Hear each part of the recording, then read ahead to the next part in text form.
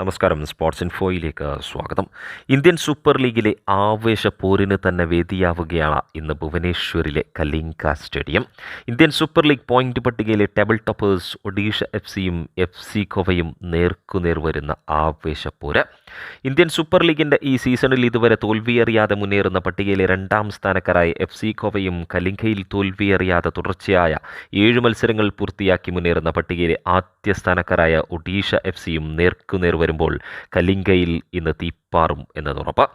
Indian ഫുട്ബോളിലെ 2 മികച്ച ടാക്ടീഷ്യൻസ് നേർക്കുനേർ വരുമ്പോൾ ഇരു പരിശീലകരും സമ്മതിക്കുന്നു ഏറ്റവും കടുപ്പമേറിയ പോരാട്ടം തന്നെയാവും ഇതെന്ന്.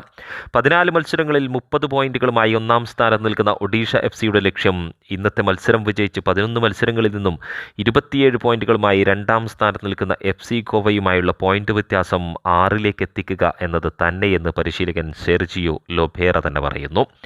FC ഗോവ മികച്ച പൊസിഷനിലാണെങ്കിലും കളിച്ച മത്സരങ്ങളുടെ എണ്ണത്തിലും വലിയ കുറവുണ്ടെങ്കിലും ഈ മത്സരം ഞങ്ങൾ വിജയിച്ചാൽ പോയിന്റ് വ്യത്യാസം 6 എന്നതിലേക്ക് എത്തുമ്പോൾ ഞങ്ങളെ മറികടക്കണമെങ്കിൽ തുടർന്നുള്ള മത്സരങ്ങൾ വിജയിച്ചേ തീരൂ എന്നിടത്തേക്ക് കാര്യങ്ങൾ എത്തുമെന്നറിയുന്നതിനാൽ സമ്മർദ്ദമനുഭവിക്കുന്നത് FC ഗോവയാണെന്നും ലൊബേറ പറയുന്നു.